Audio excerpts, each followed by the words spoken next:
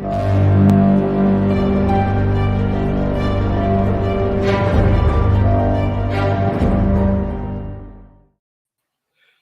folks. Hi there. So it's another episode of Würfel Cast. It's been a while. About a month. About a month. Yeah. The last one we finished my top 100 games of all time. Mm-hmm. But we had quite a few episodes of Wednesday Whimsy. That's true. Recorded by Kyle, so go watch them definitely. It talks about some games and top 10 solo games. And there was a Batman game, Mille Fiori, and you know better.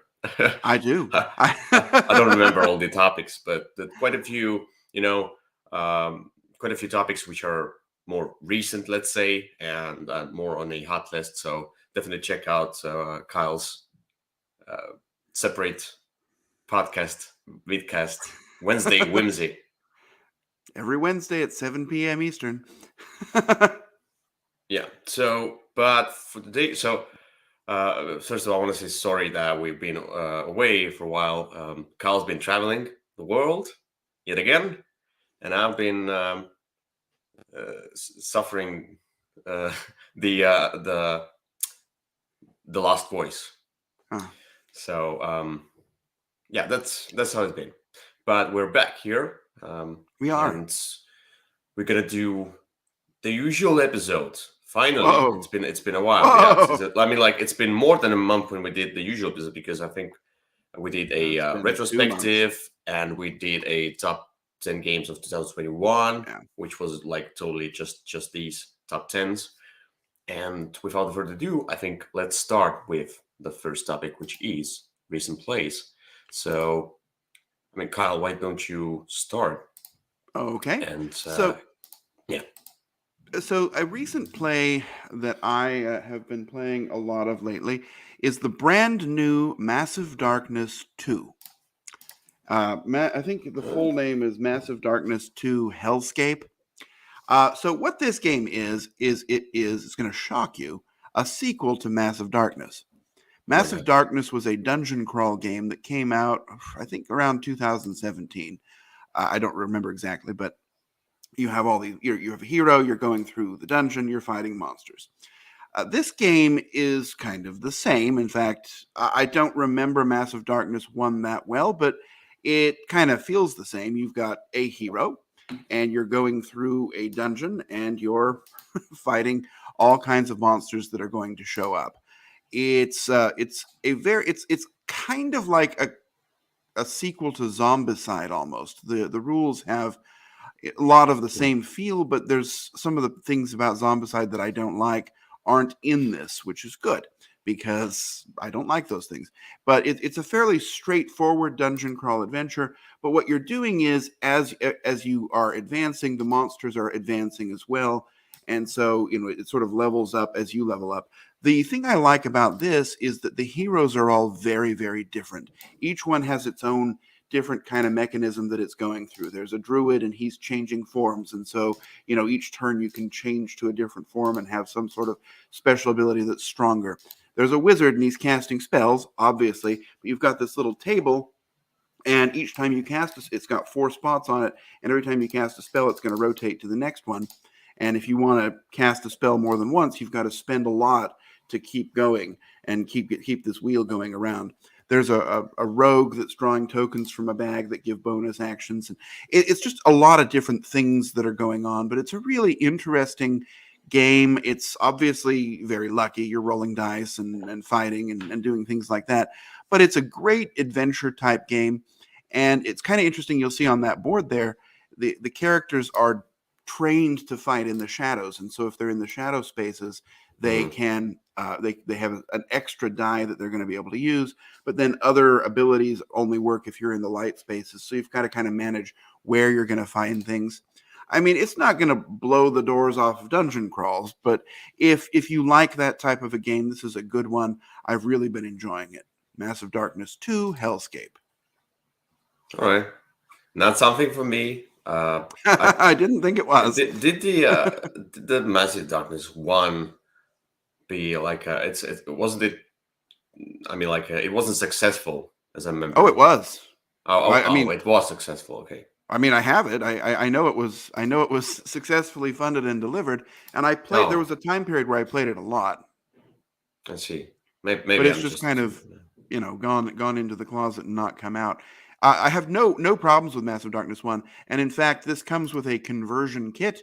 If you want to update and bring your Massive Darkness 2 things, or Massive Darkness 1 pieces and characters into Massive Darkness 2, and it Yeah. also comes with a conversion kit if you happen to have Zombicide Green Horde and want to bring those characters into this one as well. All right. So Okay. it's a lot of stuff. It's a typical large Kickstarter game.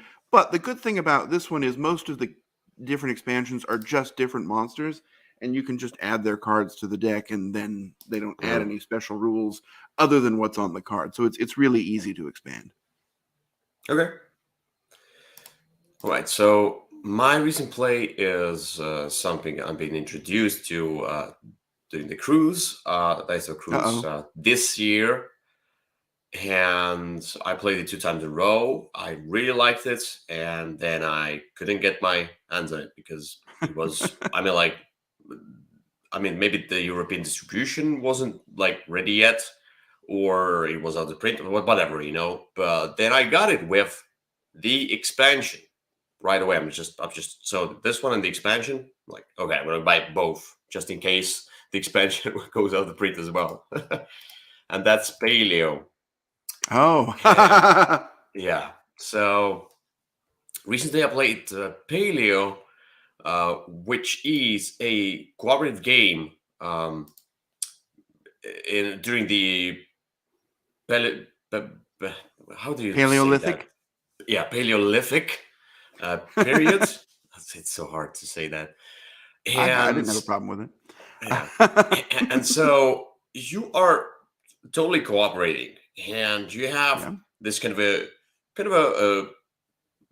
chunky deck of cards with different backs on them, and different backs and different landscapes, or some other encounters, whatever. Like there's a forest and mountains and some dreams and some and the campfire, etc. So, and you divide the deck as evenly as possible, basically, between the players, and then you take the top 3 cards from the deck, and then you choose one card to play based on the backs of the card. And you're trying to gather resources, you're trying to find the solutions for the objectives that you have. They can be very different because this is a modular game. You have quite a few different modules in the box, and then you can mix and match them however you want. But there are also recommendations how you could do that, and up the difficulty if you want. The difficult scenarios are really difficult. Very difficult. But also you get some inventions that you build. It's such an easy game to really get into, to be honest, because as a cooperative game, it's easy to teach somebody, because you can just say, oh, if you forgot, this is that. There's no like hidden information between players, and so you have these people with you, which you don't want to lose. You don't want them to be killed, and they give you some icons. It's all based on the symbols. You basically match symbols, but this is the coolest thing. Like when you take these 3 cards, you choose one. Like, okay, so we need wood, so I'm gonna go into the forest, hopefully to get wood. But then you encounter a deer or whatever, or you encounter a beehive, and now it's a danger. So there are also these danger cards which you can encounter, and then you have to deal with them. And the other cool mechanism is when you choose cards, instead of doing your own card, you can choose to help another player.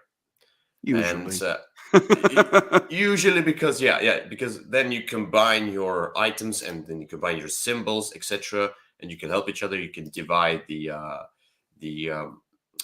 rewards, and it's just it's symbols, exchange things for new things, and eventually the winning, like how you win the game is, as you can see here, you have to create an ancient picture of a mammoth, the wall painting, whatever it is, and you lose if you get 5 skulls, and Mm-hmm. that's it. Yeah. What the expansion does, and by the way, this is a I mean, like it feels like an abstract. It sounds like an abstract game, but when you get into it, it's so much more juicier. But what the expansion adds some farming elements. So basically, Yes, now it you have does. this, like, maybe I show you. Now you have this farming board, and you have extra, I mean, like extra opportunities how to progress, how to upgrade yourself. With There's a new resource, wheat, and you can start, like, for example, one of the coolest things with the expansions is they give you opportunity to heal yourself, and you can create a healing power. You can create better card drawing, whatever, etc. So this The basically, it doesn't add too many new rules. It does add the new deck to play with, the base deck, the base module basically, and the other modules. You can mix and match them.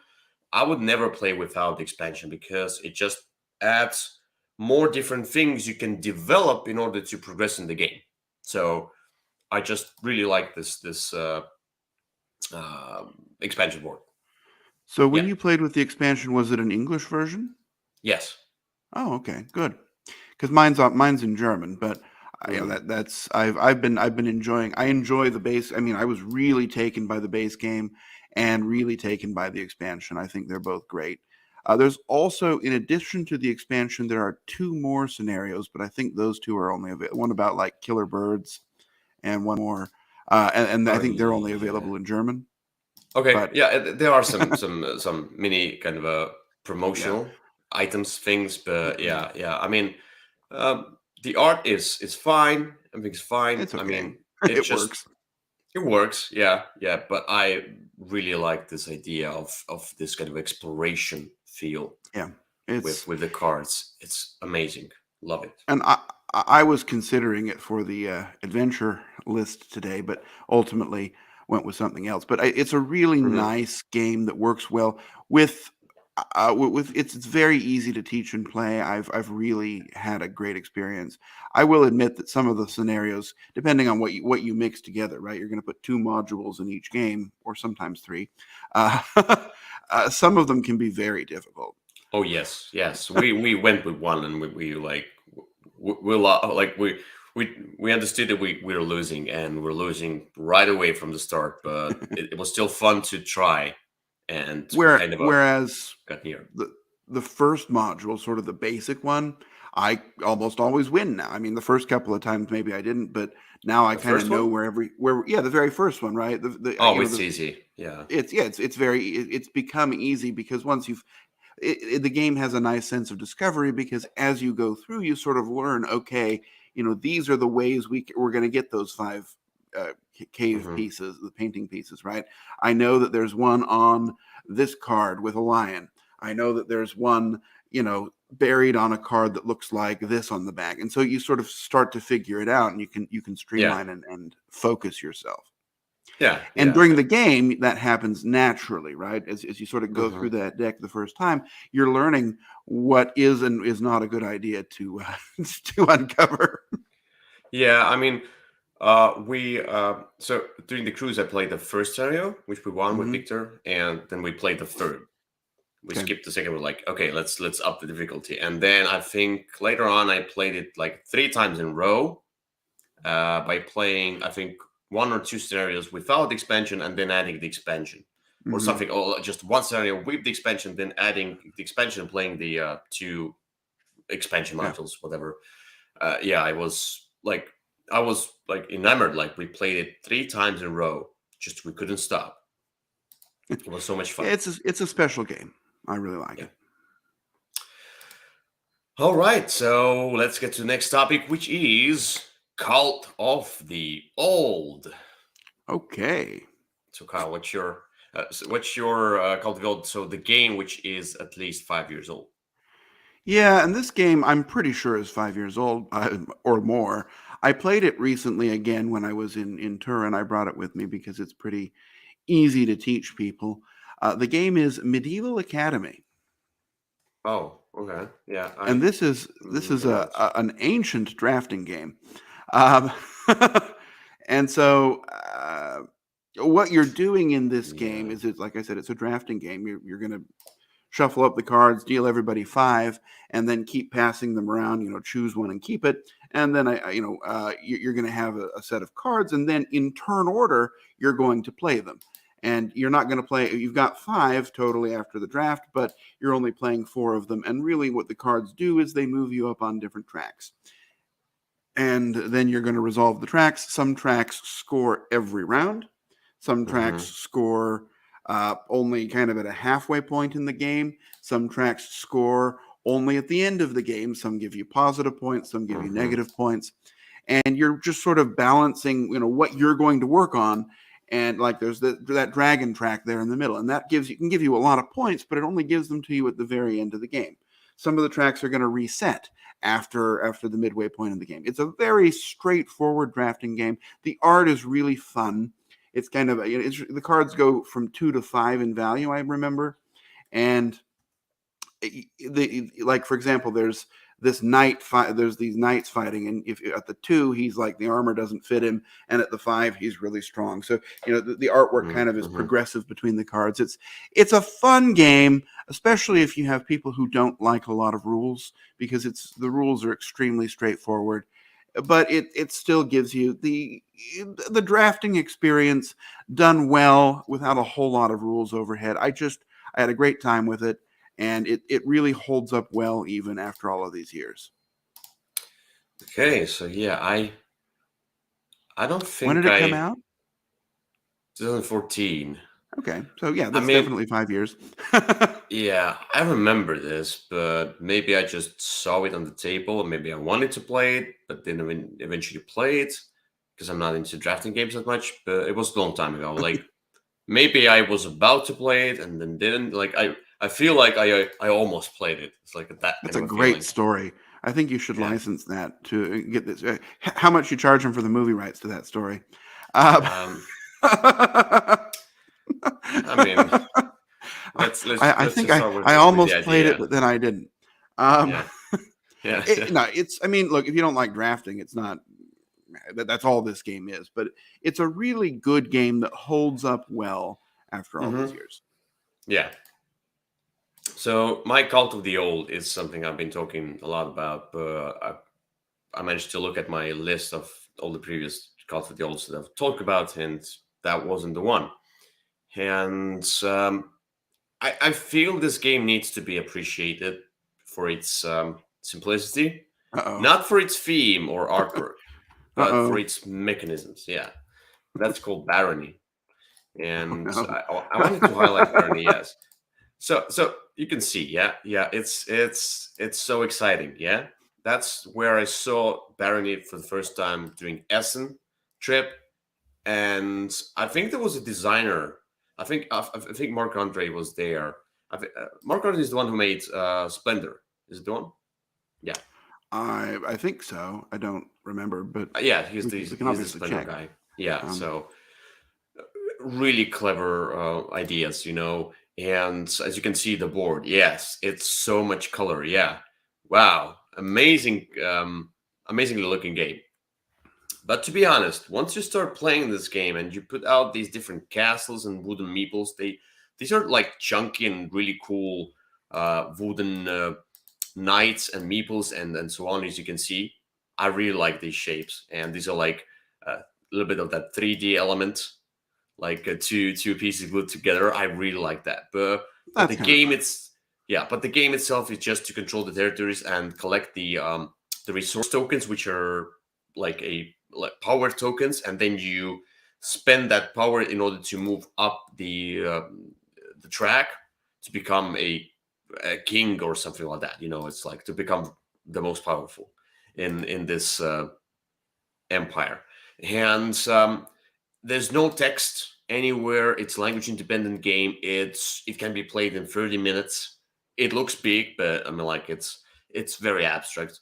And you have this sheet where you have those different actions. I really like this kind of way. It reminds me of I think was it Tikal or something like, no, not Tikal. the one with the pyramids was the tickle one where Tickle you has the have like pyramids. like where you have like 10 different actions you can choose from. You just choose kind of one or two, whatever. It's I like this kind of you have a huge choice of selection of different actions. They're simple. Move or do this or do that, and then you should choose one or two. Hands, yeah, I just enjoyed the smoothness, the simplicity of this abstract game. If you add the expansion, it's really cool. It adds this kind of a special. It elevates the basic mechanisms. Now you can teleport. Now you can do this. You can move faster. Now you can. It adds Also, like, magic. yeah, magic. These are basically magic. Yeah. Now you can do I mean, all the different stuff more powerfully. So I would recommend to do it with the expansion. And yeah, definitely something you should take a look at. And I skipped it when I saw the box. It was like, okay, medieval theme, and looks just really boring. And it looks boring at first, and then it plays really well. Yeah. I like Barony. I mean, I don't think it's the most amazing game ever, but I'd enjoy it. It's an interesting little abstract game. It doesn't quite feel like other things. So, Yeah, fine. it's not like, it's the Splendor guy. Yeah. Yeah, that is.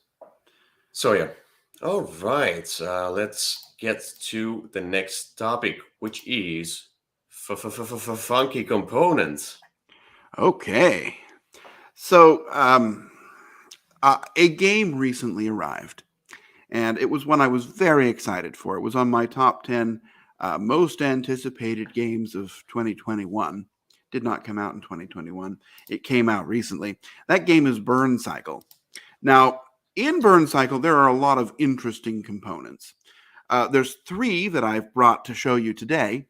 One of them, and I was opening the boxes, just sort of getting stuff out and ready, and I noticed an audio cassette. Wait, let me. Yep. So this is like an old time 1980s audio cassette. I have not listened to it yet, but so I don't know what it does. But I'm opening the box and I'm like, is that an audio cassette? And then I was about to go on to Amazon to find an audio cassette player because I don't have one. But then I kept going in the box, and it comes with a nice old timey audio cassette portable player. Oh, yeah. So, hey, I guess they thought of that. So I haven't experienced that yet. I'm going to listen to the cassette at some point and see what's there. But the real game component that I wanted to talk about is, so it's from Chip Theory Games. So all of the pieces are on these nice poker chips, but it comes with these little minis. And so this is a guard, and the minis are magnetic and snap right onto the chip that they represent, so you don't have to worry about them falling over. It helps the chips to stand out on the table so you know where the guard is. Nice and then idea. all of the individual characters that you have also come with one of these magnetic chips. And sometimes you need to flip the chip over, so it's a nice easy snap off, very easy to do. Really an interesting way to solve the sort of conundrum of, do I want minis in my chip game? I would love, if they sold these things for too many bones, I'd buy them in a heartbeat, because they're just fun. They add this nice extra feel to the characters on the board. Now, these characters are supposed to be robots, so having them made out of some kind of metal, obviously fits. But the components in this game are definitely beyond what I was expecting.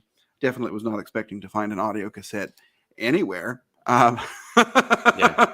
And I don't know, it just kind of feels like they thought of not everything, but a lot of things. Also, that board there, I have that. So that orange sort of part of the board is a large neoprene playmat. Then on top of it is that map, and that's also neoprene. And then on top of that are these little neoprene rooms that you place out. So you've got kind of 3 levels of neoprene, keeping your table very safe as you move around on this. Of course, it makes the game very heavy and expensive, but the game itself is really interesting, and I'm still just scratching the surface of exploring it. But I've had a lot of fun, and the components have been definitely a positive surprise. Yeah, whatever you choose from Cheap Theory, like it's always like, oh, you want a funky component, though.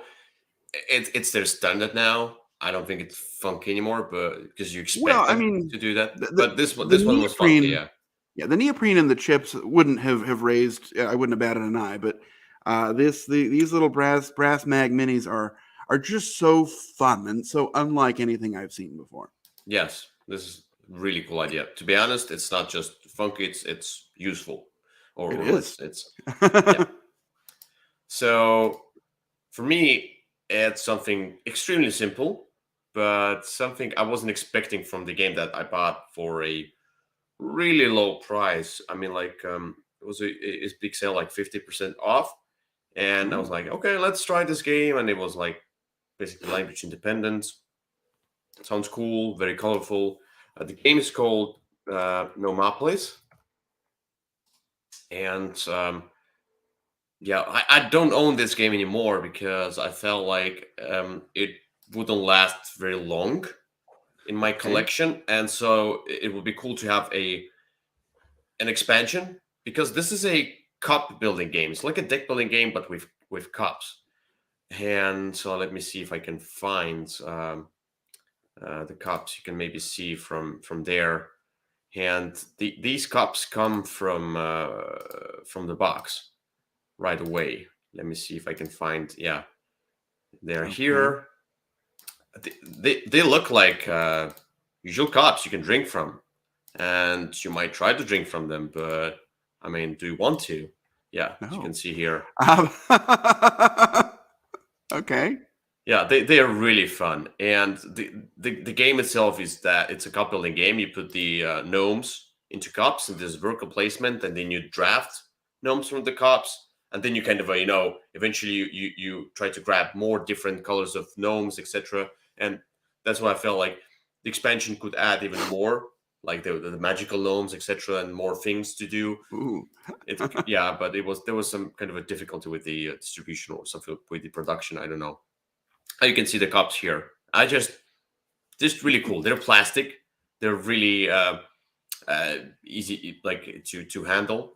I like the ears that they have. It's not just the cup. It's just take it. And I hope you will not kind of accidentally take this cup instead of your own cup and drink some meeple gnomes. Okay. This sounds odd. That might be the case if you have a very similar cup, a similar color. Let's say you have one cup with the tea, and then you accidentally put your hand in a tea, in a hot tea, instead of the cup with the gnome. Well, Okay. that's Anyway, definitely user error. Um, no, I was just thinking about that. I was just thinking okay. about different ideas how to expand the game. Okay. The real tea. It comes with Very the well. real tea inside. Mm-hmm. That would Don't be spill it. perfect. Okay. All right. No. Not a All game right. I have had any experience with, but Oh, you should definitely try something. it. Okay. Well, maybe someday. It's to be honest, it's fun. It's a fun. It Okay. was one of the surprises. This game is not talked about. It's just came out No. and went, and nobody probably knows this game. But yeah, it was so much fun. Maybe I will get it back into my collection if the expansion will be available eventually. Okay. All right, so let's get back to this screen over here, and we're through the usual topics. Let's get to our top 10 adventure games. Ooh, I love Oh, adventure. yeah. So I'm sorry. So Okay. adventure. I mean, I didn't give you any instructions on how to choose the games. I was like, just go with the feel. It can be the theme, it can be the mechanism, it can be whatever. However you feel like this is an adventure game, that's how you should Yep. approach that. So Which is what I did. And I ranked mine, though, kind of by how strong the adventure aspect is. yeah, So, yes, I mean, I same. like all of these games a lot, but, my number 10, the adventure's kind of more there in theory. And then my number 1 and 2, there's just it's more adventure than game. So, Yeah, I mean, I was like there was the adventure theme in some games, but then I included them into the short list and I excluded them from my top 10 because the theme wasn't enough. The mechanisms just took away, and I was like, if I'm playing this game and I'm feeling like this is oh, I did one mistake. I forgot one game that I now feel like it should have been on my list. So yeah, I totally forgot Okay. that game. But let's do one Is it honorable Paleo? mention. No, Okay. let's do one honorable mention because Go ahead. I totally remembered. It just came to me. I remembered one game Mhm. that would have been on my list, maybe quite high. So my honorable mention is Arkham Horror LCG, Mhm. which I totally forgot. I don't know why. Oh. So I did because not forget it. I thought about it, but decided not to include it. but it's an adventure game. Especially also some of the scenarios. yeah. Anyway, then let it be. But what would be your honorable mention, by the way? Oh, I don't know. I made a long short list. I think I'm okay. Maybe one will come up as we go along.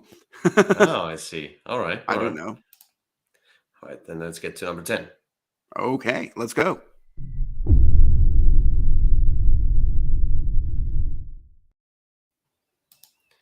All right, my number 10, starting right off the bat with a very heavily adventure-themed game, even though the adventure aspects are kind of more mechanical than actual adventure, and that is The Lost Ruins of Arnac. So definitely this sort of pulp adventure exploration type of a feel, but really what you're doing is placing workers on a map and drafting or building a deck of cards and flipping things over and seeing what's there. Definitely the adventure. I love the game, and definitely a game I really like. I just would consider the adventure to be more window dressing than actual feeling of adventure in the game, but definitely a good game and definitely an adventure game. So my number 10. Yeah, this was on my short list, and as I said, like the mechanisms. So I was thinking about if when I play the game, do I feel adventurous? And when I take it out and I look at it, it's all adventures. When I start playing, it's all math. I mean, like not like math, but Mm-hmm. it's all about the card play and combos, and I forget about Yeah, the which is theme. why I put it at number 10, because the adventure is more there as a side experience than as the core Yeah, mechanism. well, it's a valid choice. So definitely. All right. So my number 10 is uh, the one that also has kind of a jungle and the ruins and lost city feel to it. But I think it's more it's stronger as an adventure game than Last Ruins of Arnak, and that's Lost Expedition. So we started with some Lost games, the Lost series. Mm-hmm. But why this one? Like this is a rather simple game. You can say that it's an abstract game, kind of a. It's a cooperative It's an game. abstract game. Yeah, but I mean if you get into this game, and I played it a bunch. And you have your characters, you play together, you put the cards down, and you try to solve the symbols. This is a puzzle game, indeed. But there is that sense of adventure where, with the huge pictures and cards, it kind of gives you the feel that you're going through the jungle and you have a fever and the ants eat your food, or there's a thunderstorm, or uh, there is a broken bridge, so we have to go through the rocks, and then it all comes through the overall theme, the sense that you need to find the lost city of Z, and that when something makes you suffer, or your characters suffer, then it's kind of it's logical in a jungle Mm-hmm. sense, like, oh, ants eat your food, you lose your food. That's how it is. So I like all of that, Good. and that's why I feel like Lost Division. It's my 10 because it Mm-hmm. is rather abstract. Yeah. It's not very strong in both aspects, mechanically and and theme-wise. But theme-wise and graphically, it's a really cool adventure game and feel. Yeah, I agree. I mean, it's the adventure, just like Arnac, is a little bit less there. I guess it kind of has to be added in by the players. Yes. Oh, that's how we That's feel. I fine. mean, it's probably our role play kind of that we add to it. All right, let's get to number 9. Let's go.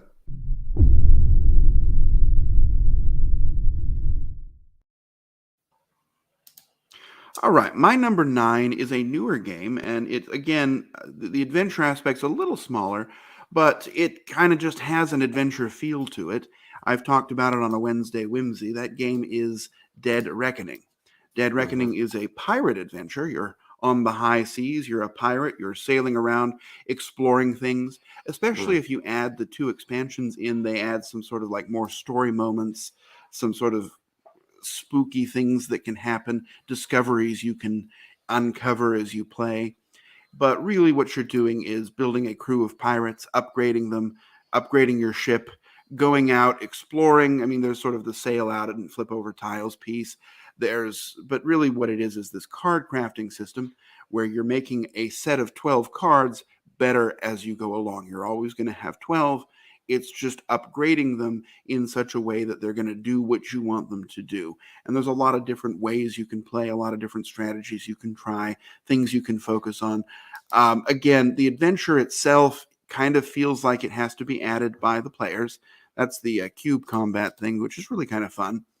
But again, it definitely has this sort of the trappings of adventure. And if you're willing to invest a little bit of exploration in your own mind and a little role playing, then it's definitely there. And once you add in those 2 expansions, the adventure really starts to come out because you have things you haven't seen before that are going to show up, and you're going to explore them. And maybe on one card it's the Kraken, and it pulls your ship down, and you die.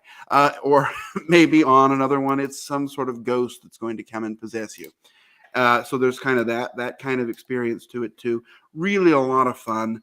A big, heavy, long game, but really a great one that I enjoy and that gives a nice adventurous theme. Yeah. I haven't played it, so yeah. I didn't think you had. But if you like Merchants and Marauders, this is a better version of that. So you sold me. Okay, I might try it. Yeah. So my number 9 is something I would consider I think we did the exploration list. It wasn't on my exploration list, but I mean, like, exploration and adventure they almost go the same. hand to hand. Yeah. But it's basically an exploration game, but it gives me a really good sense of adventure, and there's some horror as well, though I don't find it horrific. That's Subterra. Okay. And Subterra for me is an adventure game, and especially when the second version comes out with the Aztec, whatever, volcano, Aztec temple, whatever, it's going to be even more less horrorish and more adventurous. But Subterra itself, yeah, as I said, it's an exploration game. You explore the caves and you turn with the tiles. There's a lot of that, push your luck. Like, let's see what happens. And then we want to find the exit and get as many people out as possible to get a high score, whatever. It's a cooperative game. But it's my number 9 because the adventure kind of goes into the background once we have a firm, like, the beginning of the game is exploration, and there's a lot of that adventure. Oh, we find this and we find that. Let's go this way. Let's go that way. It feels adventurous. Near the end of the game, you're just trying to survive, and all you think about is how to get to the exit, and it becomes a sort of an abstract puzzle when you map out things, which I'm totally fine with, and how you get to this, and then, okay, so I move that one here, so the horror moves your way. Okay, so we move that guy over here, so the horror moves that way. It's just how it is. I mean, like, but the beginning feels very adventurous in my opinion. So my number 9 is Subterra. All right, very well. Let's get to number 8. Number 8.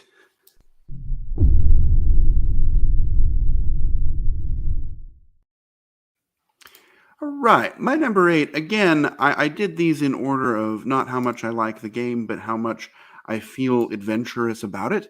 And so this one, might have been up near the top if I rated them in order of how much I love the game. But this game is Too Many Bones. And in Too Many Bones, you are having an adventure. You're a small party of these characters, and you're going out on an adventure that lasts a certain number of days, and you're fighting against some series of bad guys, and ultimately fighting against a big bad, a tyrant that you're trying to take down. You can also chain different games together to make a campaign, which is quite interesting. But the reason why, so there's definitely that adventure, sort of go out on a quest type of a feeling to it. But I put it a little bit lower on the list just because it's more about building up your character and going in these fights and figuring out how to customize your character, and less about, really I'm having an adventure. Each round of the game, each day, you're going to flip over a card. It'll have some story and then give you a choice, which usually is fight this way or fight this way. And so that's more, you kind of always know what's going to come up. Not always, right? There are surprises and things to discover and explore, but it's less about that and more about just sort of figuring out how to build up your character to make it able to do what you want it to do. A game I love, a game I play a lot, but a little bit less adventure, but still enough to be included on this list. Right. Yeah. Also, there's lots of dice. Yeah. So my number 8 is a speed game. It's a real-time game, let's say, and speed game as well. And the adventure lasts only for 10 minutes. It's 10 minutes, you say? Yes, it's one of the most stressful adventures. Does it come with a CD? It comes with a CD, but I think nowadays you can find it digitally in the vast universe of internet. That's Escape. Sorry. What? Escape. The Curse of the Temple. I cannot write. Escape. Yeah. That's how it is. But but I mean, like, it feels adventurous because you are like an Indiana Jones getting into the temple, but it's still lower on my list because it's all about rolling dice and matching the symbols on those dice. But when you add some of the expansions, especially with the curses and things, it feels very adventurous. How you explore these different tiles, and you put the crystals down. You're trying to kind of uncover the exit as well. Get out before the 10 minutes run out, and it's very it's very fast because it's real time, and the curses that you get, like, you cannot talk, and everybody's sitting there looking at their dice, rolling them as fast as possible, and you're like, look at me, and you cannot talk, but you look at me, I'm stuck here, and you feel stuck, you feel lost, you feel everything within these 10 minutes. The whole life just comes through your eyes in these 10 minutes. Yeah, it's how it is. Maybe not like that. Okay, I'm a bit exaggerating a little bit. Yeah. It is just rolling dice. But no, I thought about this one, actually. It was on my short list. Definitely a good adventurous game. For such a simple roll your dice as fast as possible, it's rather a lot of adventure in this kind of a feel and theme. Yeah. Escape. Also, one of the early Kickstarter successes. Oh. Was it? A quick game. Yeah, they always do the Kickstarter. Yeah. Well, this I think was their first one to do that they did, though. Oh, yeah. That's where it all began. I see. Yep. The craze, the Queen craze, and yeah. By the way, this was one of the first Blender episodes for us, for me. So where we did this one. Yeah. That was really cool. This is a good game, and definitely one that I would have considered. I did consider it was on my list for top 10 adventure games. All right, let's get to number 7. Number 7.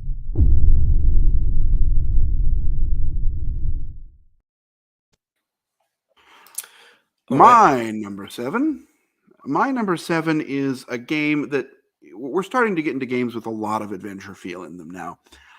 This is a game where you're adventuring not in modern times, but way back in the King Arthur days.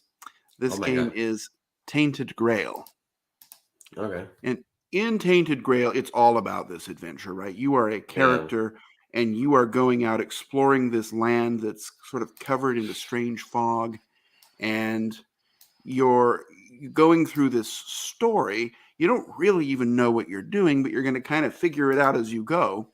And you're going out, you're fighting various creatures and even monsters that live around the area.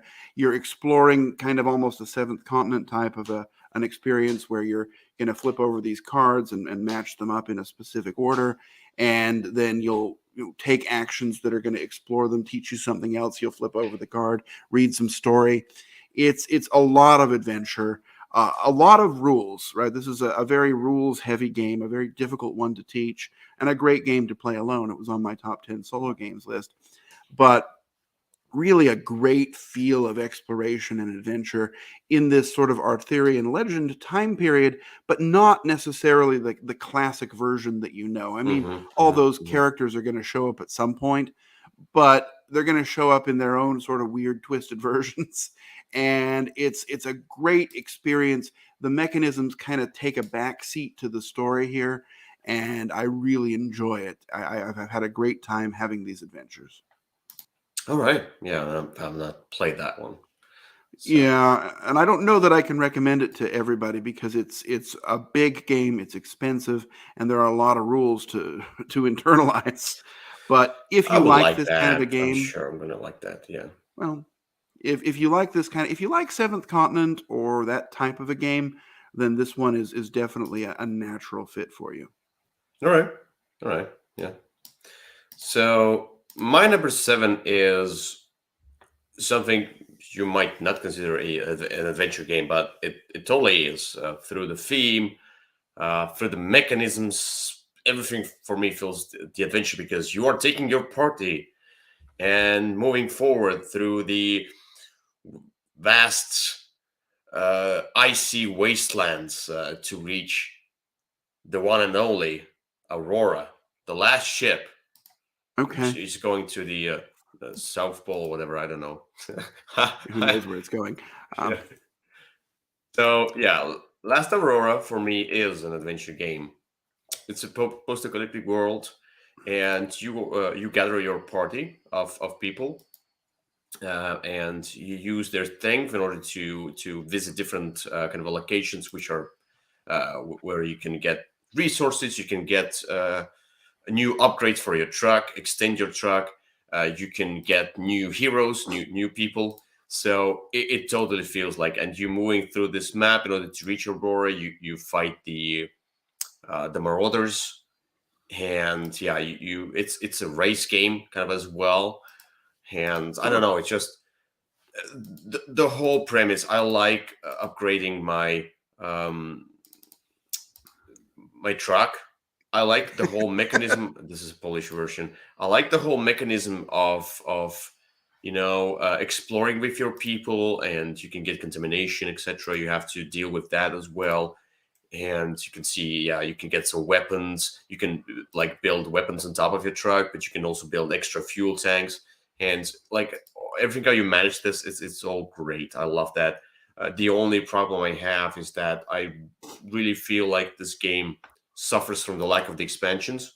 There's one expansion which is out, but which is difficult to get, and the second right. expansion which is not yet out, Not so yet it's out. also That's the difficult to Frozen get. Steel.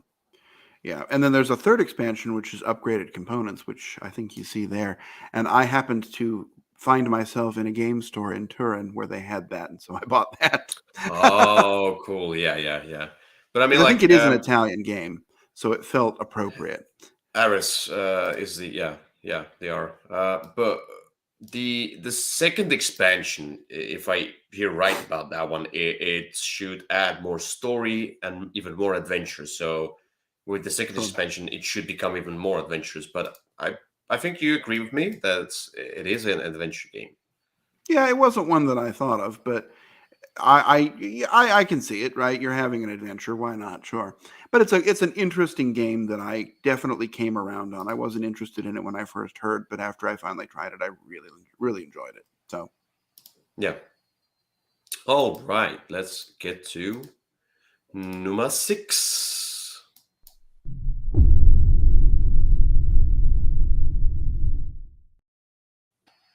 so you said Nummer in German and 6 in English. That's all right. Yes. That works.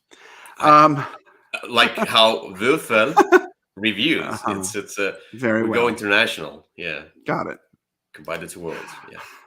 Well, my number 6 is an exploration and adventure game, but instead of being on Earth or in the Arthurian times, this one is in space. And this game is Space.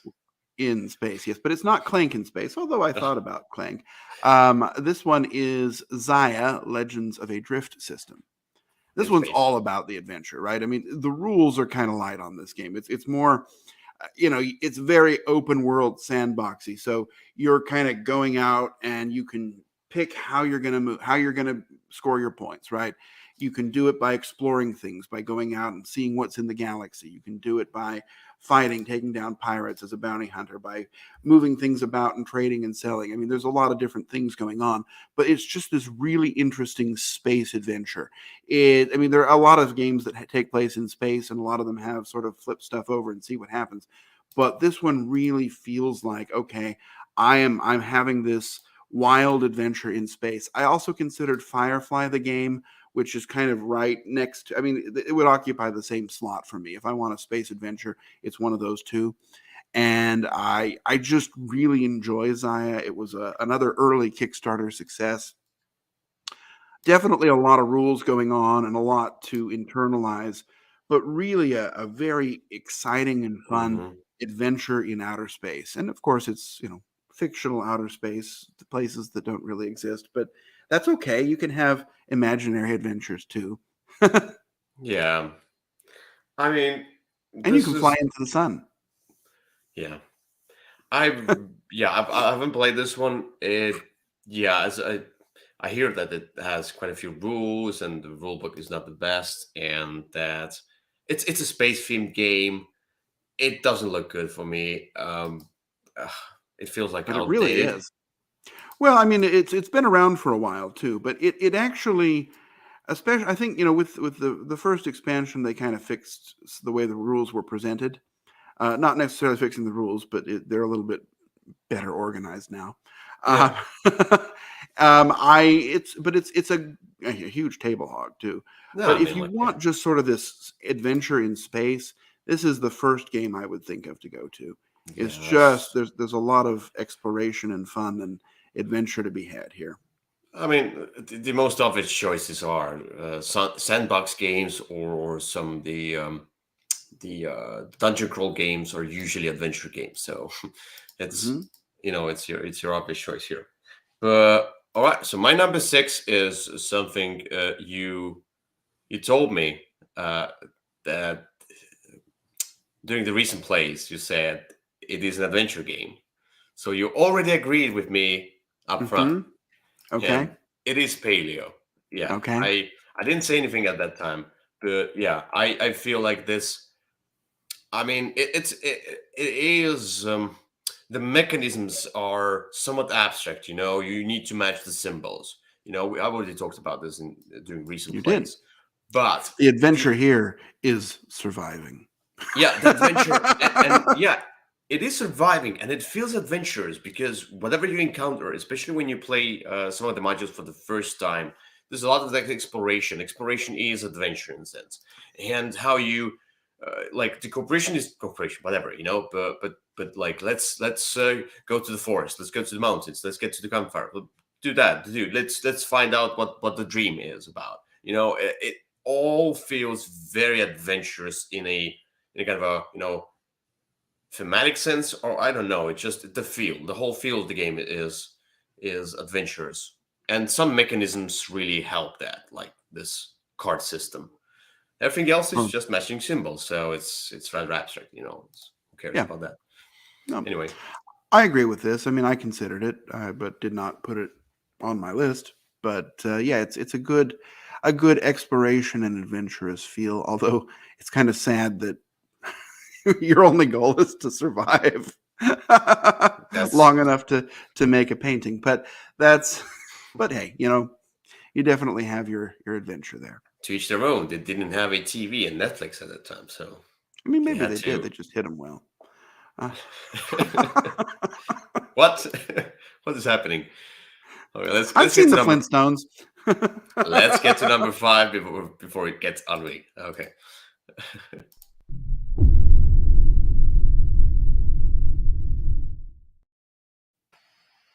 All right, my number 5 is a game that I don't think you have played, but if it's definitely one I think you would enjoy. There's a lot of different adventure, especially when you add some of the expansions in. But the game is Destinies. Okay. Yeah. And so in Destinies, you are taking a character through a scenario, and the character has sort of two goals that you're working toward. And the game is played with an app that helps you sort of organize things and know, where the different tiles are going to go and know how the exploration and adventure is going to happen. And it works really well. But especially if you play it solo, or if you play with somebody else, but you're trying to explore this world and meet people and figure out a way to accomplish your goal. Then once you have accomplished your goal, you go into another kind of mode where you're going through this final quest and you're using all of the experiences and the items that you've garnered over the course of your adventure to try and reach the end before anyone else does. It's a really very interesting game that the stories are all interesting and different. They say that they're connected. They really aren't. You can play any one of them. And then once you add in, there's this sort of Middle Eastern one where there's dungeons to explore and other quests as well. It's just a lot of adventure, a lot of discovery, and kind of figuring out what's going on in this world and how, and you just sort of feel like you're this character going out there and doing things to have an adventure and also accomplish some sort of personal quest. I really enjoy Destinies and highly recommend it. And it's a great game, either solo or with up to 2 of your friends, to have Yeah. a nice adventure. Yes, not the one that I tried, but the one I've considered. Yeah, I think you would enjoy it. Like I heard it's better solo. It feels like as a solo game, it feels more like a time stories type of Yes, thing. Yeah. that's what I've So, said. Yeah. but then I was like, okay, I don't think I'm gonna play it solo, so that's why I haven't got it yet. So I won't It's say it. it's So better solo, just that it's really good and different solo. okay. But I mean, with more than one player, it has a different experience because you're benefiting from the other person's exploration as well, right? As someone else is sort of going on an adventure, you're hearing what's going on and you're thinking, aha, that might be something that I need to go and check out. Whereas if you're doing it solo, you get all of that exploration and discovery by yourself. Okay. All right. So my number 5 is definitely an adventure game, and I think this designer is all about the adventure games. I mean, he has a few other designs, but mostly the world he has built is amazing. It's different. It's cool. And my pick from all of his different games is Near and Far. Mm-hmm. Of course, we talk about Ryan Lockhart, and we could consider Above and Below. We could consider Islebound. We could consider. I mean, like, okay, City of Iron is more like a heavy Euro game, but the Sleeping Gods I haven't played, so I cannot really put it on the list. But I'm sure it's an adventure game. Anyway, maybe we'll talk about it later. Um, so yeah, but Near and Far, it's all about adventure because you are gathering a party for an adventure, and you go on adventure. It's in the theme. It's just straightforward adventure game, but it's also a Euro game. You want to get the most points and you're putting out those different tents, but as you explore the map, you also encounter these letters which correspond to the entries in the book, the storybook, the adventure book, and then you have some kind of a skill check, and this kind of a RPG type of thing where you try to get something.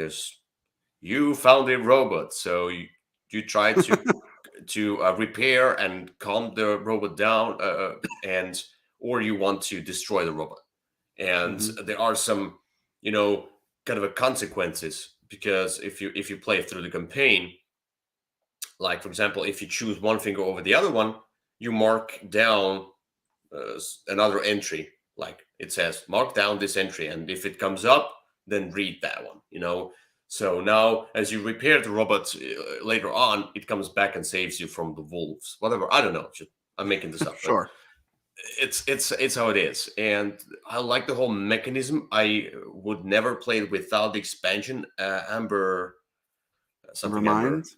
Amber Mines, Mine? yeah, Amber Mines, because it replaces the 2 locations. So this is a worker placement game as well. So part of the game is worker placement as you gather your equipment and party and whatever, and then you go to this map of the adventure.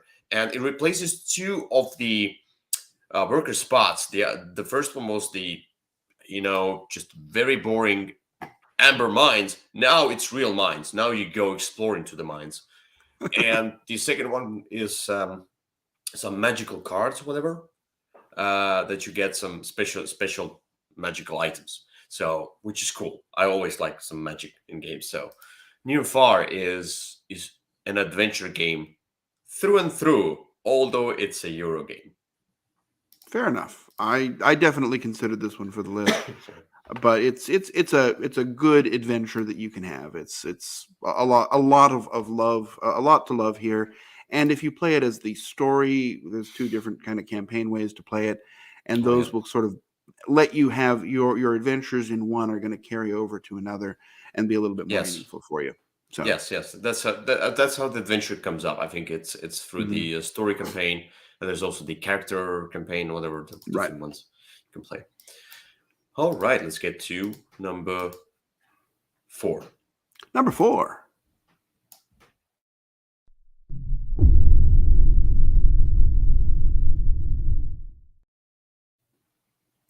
All right. My number 4 is, again, I don't think you've played any of the remaining games on my list. So I'm just going to go right there and say that. God.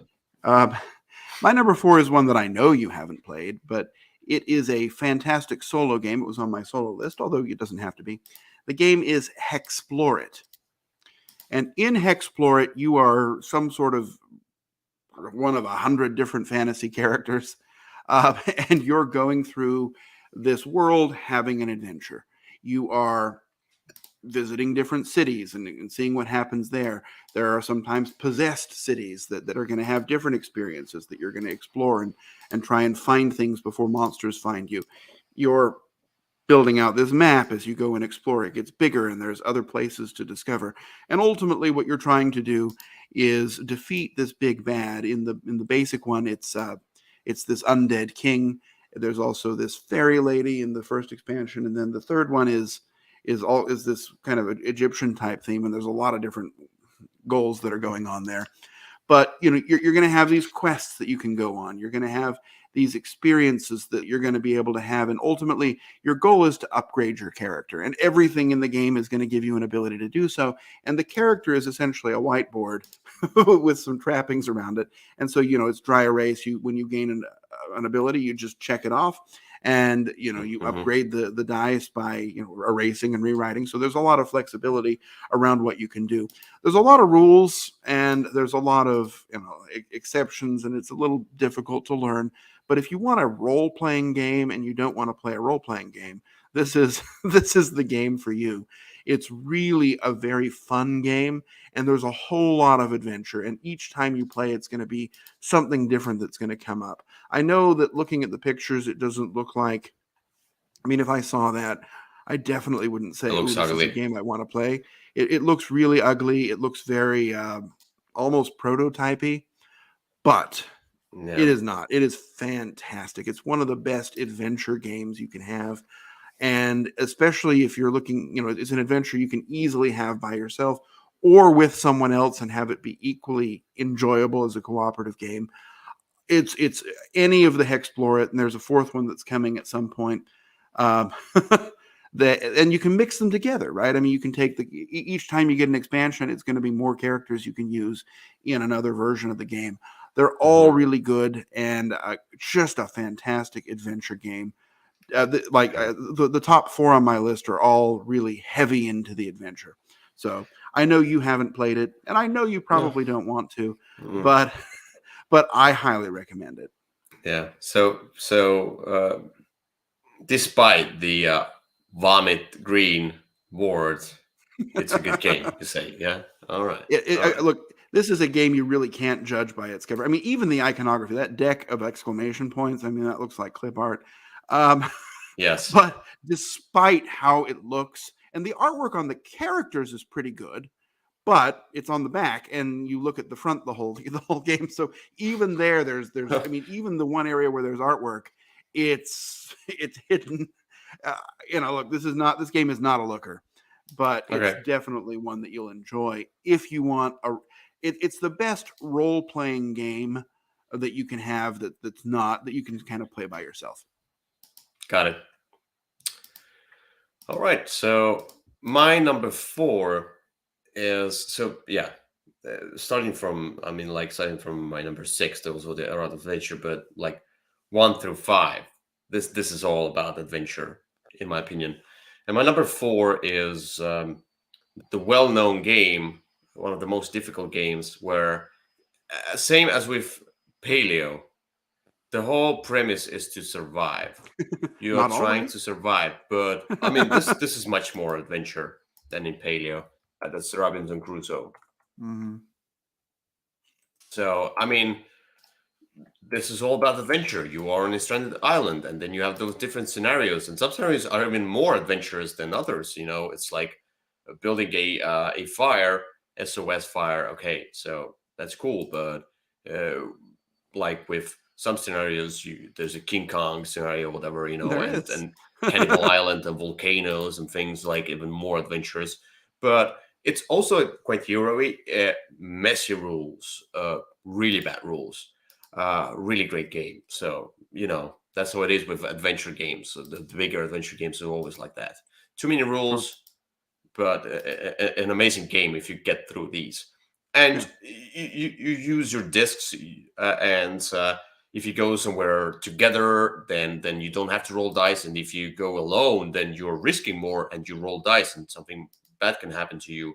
And you have this encounter deck, and you can encounter new things which will basically go into the event deck and come back haunting you for whatever reason. You saw the panther in the bush, and you scared it away with the fire, and then it comes back with 10 more panthers and tries to kill you.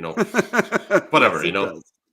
And you are building your camp, and you are building the different items that can help you survive. It's Robinson Crusoe. Everybody knows that the theme just come through. The mechanisms come through.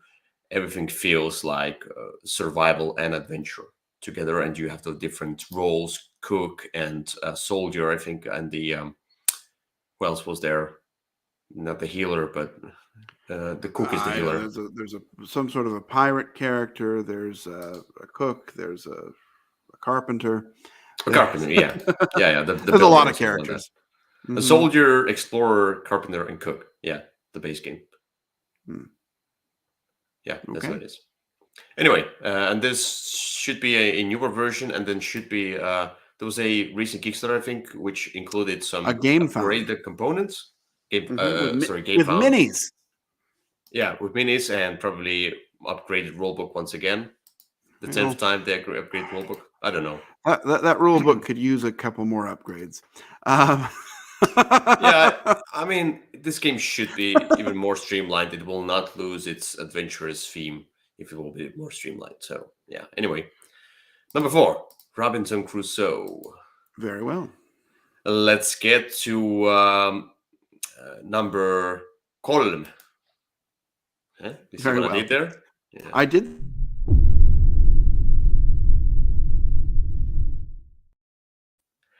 But you definitely have to use the Estonian word for number 2. What? Anyway. Well, so my Why? number Okay. three, Yeah. Okay. my number three is a game. I'm again one that I'm pretty sure you have not played. I already had Dead Reckoning on there, which I said was a good pirate adventure. This one is an even more adventurous pirate adventure. One of the best adventure games to come out in recent years. It was the first game from the newly independent Plaid Hat, and that is Forgotten Waters. Oh, yeah. Mm-hmm. And Forgotten Waters is all about the adventure. In fact, the next three games are more adventure than game in a lot of ways. I mean, you are a Mm-hmm. crew of pirates. There's a captain, and you're following him around, and there's several different scenarios, and you're going on this adventure. And then you're going to open this book and take different actions, and then this app is going to kind of tell you which various and sundry story adventures are happening here, and they're all crazy and weird and wild. And you're going to go to different places, and then it's going to remember things that you do, and have, kind of like Robinson Crusoe, except it happens behind the scenes. You might meet this character, and based upon whether you decide to throw her overboard or keep her on your ship, she might be helpful or harmful later on in another adventure. It integrates that sort of idea of Robinson Crusoe, but it does so behind the scenes in the crossroads style of mechanisms here, in a way that's unlike really anything else that's out there. This Familiar Tales is supposed to do that too, but I haven't really gotten into Familiar Tales yet. Mm-hmm. This one is just, the humor is good, the writing is excellent, the voice acting is fun. There's everything to love about this, and it's with this piratey adventure, and you've got your own goals. You're trying to upgrade and make yourself better. The components are good quality, and the gameplay is adventure heavy, rules light. I guess I would say. And there's just a lot to love here. If you want an adventure with pirates and you want to have just a jolly time, this is the game for you. Mm-hmm. Yeah, I did get a copy recently, Mm-hmm. so I haven't played it yet, but Oh, I'm well, looking forward to it. we can play it together. Oh, I looked at the rules. By the way, there's not many rules. I mean, like it seems to No, be like four pages of rules at most, mm-hmm. something like that, and then you Yeah. just then it's the app mostly. I mean, I don't know. Yeah, and the app will walk you through the rules are sort of what happens on a turn, and then the app is going to walk you through the rest, and it's really very smooth and seamless, and you can be Nice. From rule book to playing in just a matter of minutes. Now, it is a long game. I will warn you that it's there's going to be a half hour point after about an hour, or a halfway point after about an hour and a half, where you could save and come back later if you want. But I mean, this is it says a minimum of 3-player game, but I found the variants, the from the designer or whoever, the official one for 2 players, so you can play it 2 players. It's fine. And there's even an official solo variant. Oh, okay. It works very well as a solo game too. In fact, this was right when the pandemic started in 2020. I bought my house, and then this game came, and I was like, "Oh, I really want to play it, but I don't have 3 people to play." But immediately a solo version came out, and also a way to play it online distance with people if you have only one copy of the game. And they all work really well. It's just a fantastically fun game. I think you'll enjoy it. Okay. Yeah, that's cool. Yeah, I'll get to it once I get to it. But We most likely can play together using the online rules. Oh, I see. Maybe that might be one of the future episodes of Würfel Cast. Okay. All right. So my number 3 is, as you said, these are more of an adventure than a game, and that's how I feel about these 3 picks. First one of them, number 3, is Seventh Continent, and I know it's like, oh, but by the way, there's quite a few rules, and it's a heavier rules wise game for an adventure game. But to be honest, I mean, all you do is you go there, and then you go there, and then you explore there, and you just see what happens. It's an adventure game. It's an exploration game through and through. and it's your like choose your own adventure kind of a thing. Like it is choose your own adventure. Yeah, it's in the mechanism, it's in the name, and you're trying to lift the curse. But when you start this game, like you know nothing. You're like, we have to do something. What do we have to do? I don't know. Let's just see what happens and let's explore. That's how it is. That's how this game feels for me.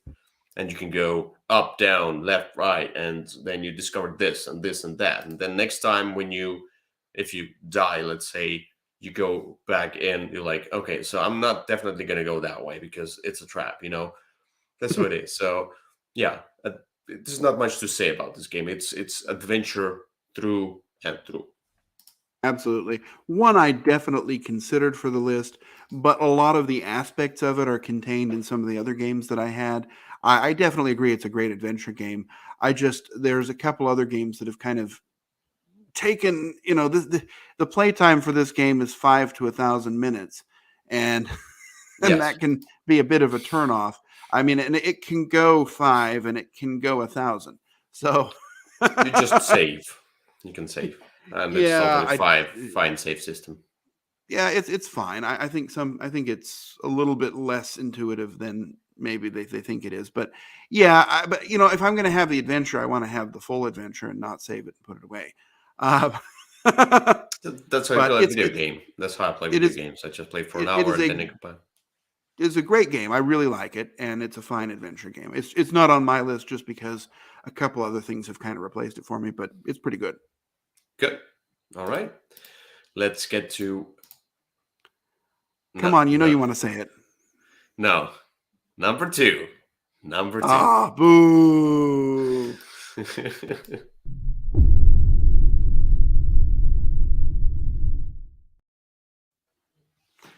It's a family show. No, It's almost. the number 2. I mean, come on. You say it all the time in Estonia, I'm sure. Anyway, Yeah. my number 2 is a game I discovered at Gen Con last year. It is not a new game by any means, but it is an adventure game. It is one of the most adventurous games that I know, and that is Shadows of Brimstone. Mm-hmm. So I didn't put any, dungeon crawl games on the list really. But this one is kind of like that, but you're kind of you're a cowboy type character or a Japanese feudal character, depending on which version you're playing. And you're going into this mine, at least in the base game. And in the mine, you don't really, you know what your goal is, but you don't know what you're going to find. Your goal is to get 3 crystals and bring them back to the entrance or something like that, depending on which scenario you're playing. And then all hell breaks loose. Basically, you go in, there are monsters that are going to show up, and they're weird and awful monsters. You're going to fight them. You're going to explore. You're going to have different adventures. It's going to get darker and darker, and you'll draw these darkness cards that cause terrible things to happen. It's just, and then and then you go back to camp, and you level up, and you get ready for another adventure, and then the monsters are going to get slightly harder, and it's a game that you can kind of play as much as you want. You can play this, you can sit down and play 10 sessions and kind of do a character progression, or you can just start in the middle and play one round. It's a fantastic adventure, unlike anything else. I've described it as Cthulhu in the mine. Which is really, Okay. I mean, there's actually a Cthulhu-like character that you can add in. It's a huge mess of a game. I mean, there are so many rules and so many pieces, and I cannot recommend it to anyone, but it's fantastic. I had so much fun with it at Gen Con. I immediately spent hundreds of dollars acquiring lots and lots of parts and extra characters for it. Infinitely expandable. There's just you want rats in your game, you buy the rat pack. There's a lot of fun to be had here and a lot of adventure. Again, it's more about the story that you're having. It's very wild and swingy and lucky. I mean, you roll dice. Pretty much, the first rule should be roll a d6 to see which box you open to set up the game.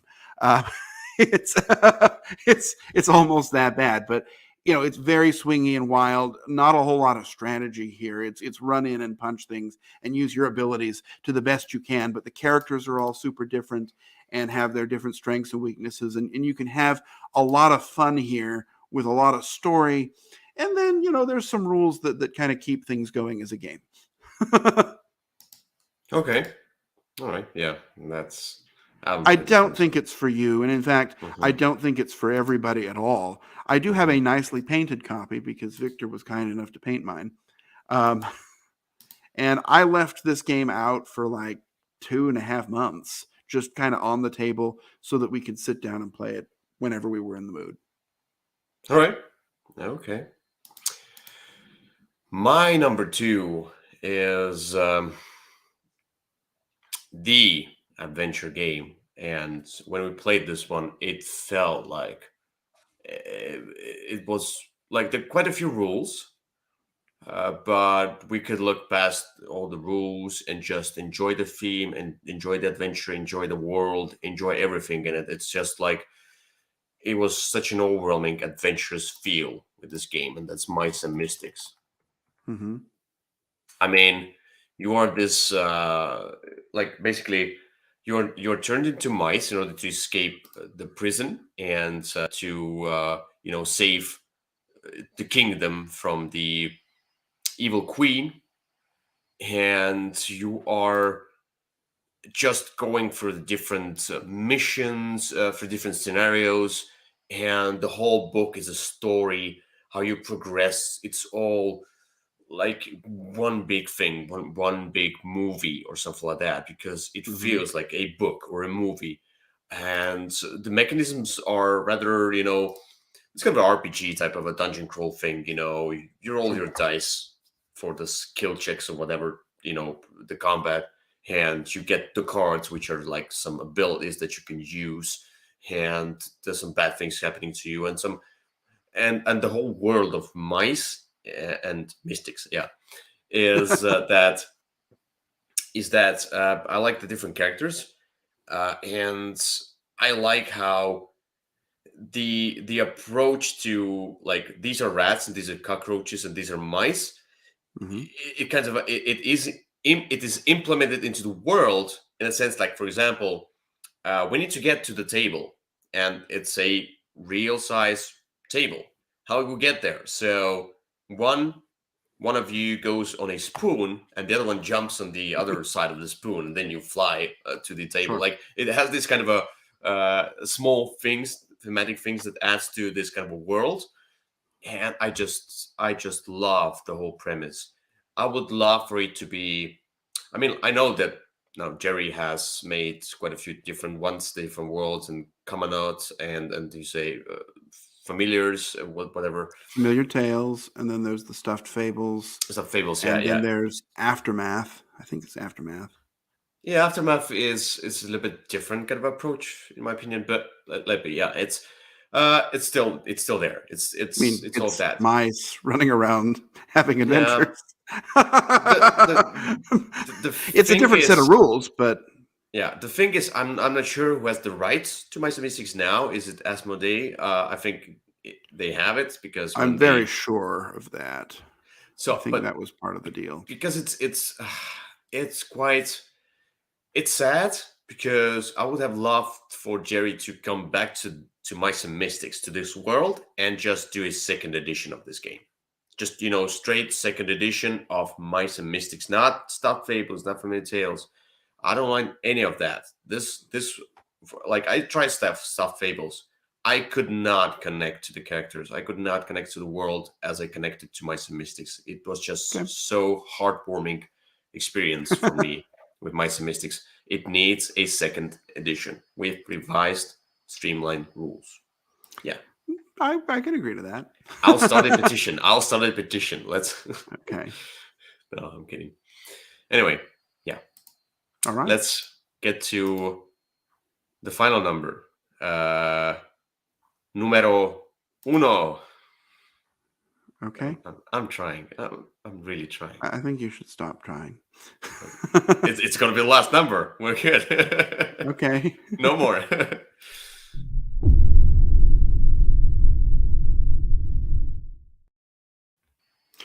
All right. My number one is another game that you have not played, but it was the first one I thought of when you said adventure games. This one just jumped right into my mind. It is it's a huge sprawling game. It's another one that kind of has displaced things like Seventh Continent for me. The game is Sleeping Gods. Sleeping Gods is an adventure first and a game second. Really, it's reading a book together with your friends, and it'll take you a good 8 or 9 hours to get through this book.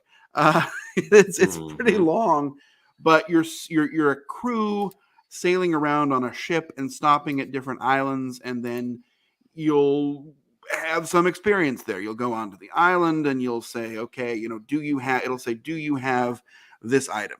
And if you answer yes, you go to one area. If you answer no, it goes to another. And so that's kind of how it has a gate to kind of keep you following some sort of a story path. But you're looking for these totems, and there are, I don't know, 90 of them. And in any one game, you might find 10. So you've got a lot to explore.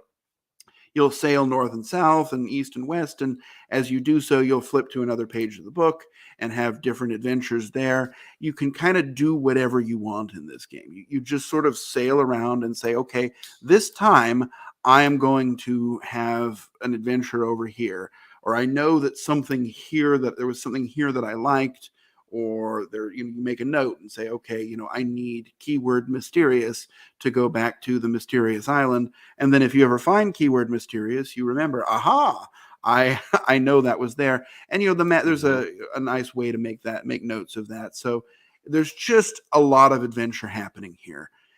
More adventure in this game than almost any game that there is. It's really fantastic. It works well solo. It works well with more people. There's a new second, sort of not second edition, but a new version coming, the Distant Skies version that was recently on GameFound. It'll probably take a good year and a half before it shows up. But even if you just have base Sleeping Gods, there are hours and hours and hours of exploration and discovery in this game. And it'll work for really just about anyone. The combat system is also unlike anything you'll see. Some people don't like it, but I found it very interesting. It's just a huge adventure in a huge box that takes up your entire table, but you can leave this one out and have adventure after adventure and never really get bored of it. I really enjoy Sleeping Gods, and it's a fantastic adventure game. All right. Yeah. Cool. I have not played this one. I know. That's why I said you hadn't played it. I want to. I want to, but we'll see. We'll see. There are quite a few games that I need to go through. So this one. This is not a small one. Yeah, that's the problem. I just cannot, invest my time to this one right now. So. Come on, you've got a day. Looking at my pile of unplayed games and review copies, yeah, not. I mean, it's kind of interesting if you're reading the rules in this one. It says, treat this one like reading a book. You read for a while and then you put it away. And then come back to it, which is really what you do here, right? I mean, and you can save the game, and I actually think the save is easier than Seventh Continent. One thing I like is that the maps are in a book, so you're not constantly building it out and then having to reorganize all the cards all the time. Yeah. So that's a definite improvement. But I think you'll have a good time with this when you find time for it. All right. Cool. So my number one is, I think you know what it is. If you think about what doesn't come up yet, which I really enjoy, which is for me adventure first, and mechanisms are. There are a few mechanisms, but I mean, like it's all about adventure. Is it Twilight Struggle? Almost. It's Twilight Stories. No, it's Time Stories. Yeah. I mean, yeah, I enjoyed much more. I played through the whole white cycle.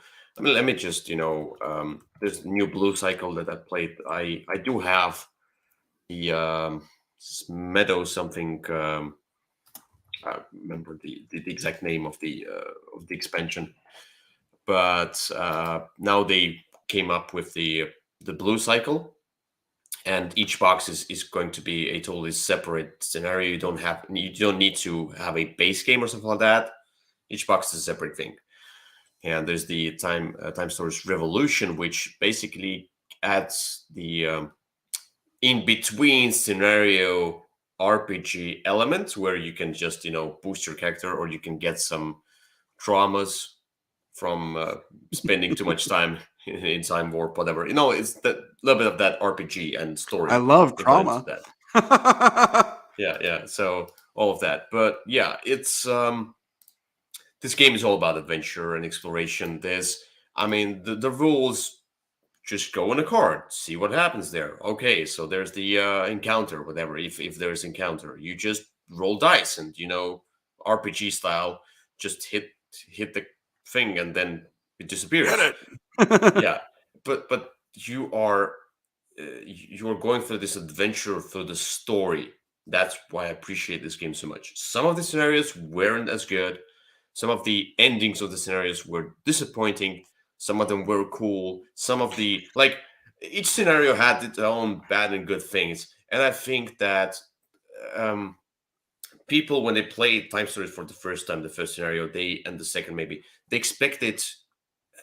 I think they expect it a little bit too much from each scenario. They kind of overestimated because the first two scenarios were fantastic, and then the first three, and then they went downhill from but there. I don't really know. That's the matter of taste. I like some of the other scenarios very, very much.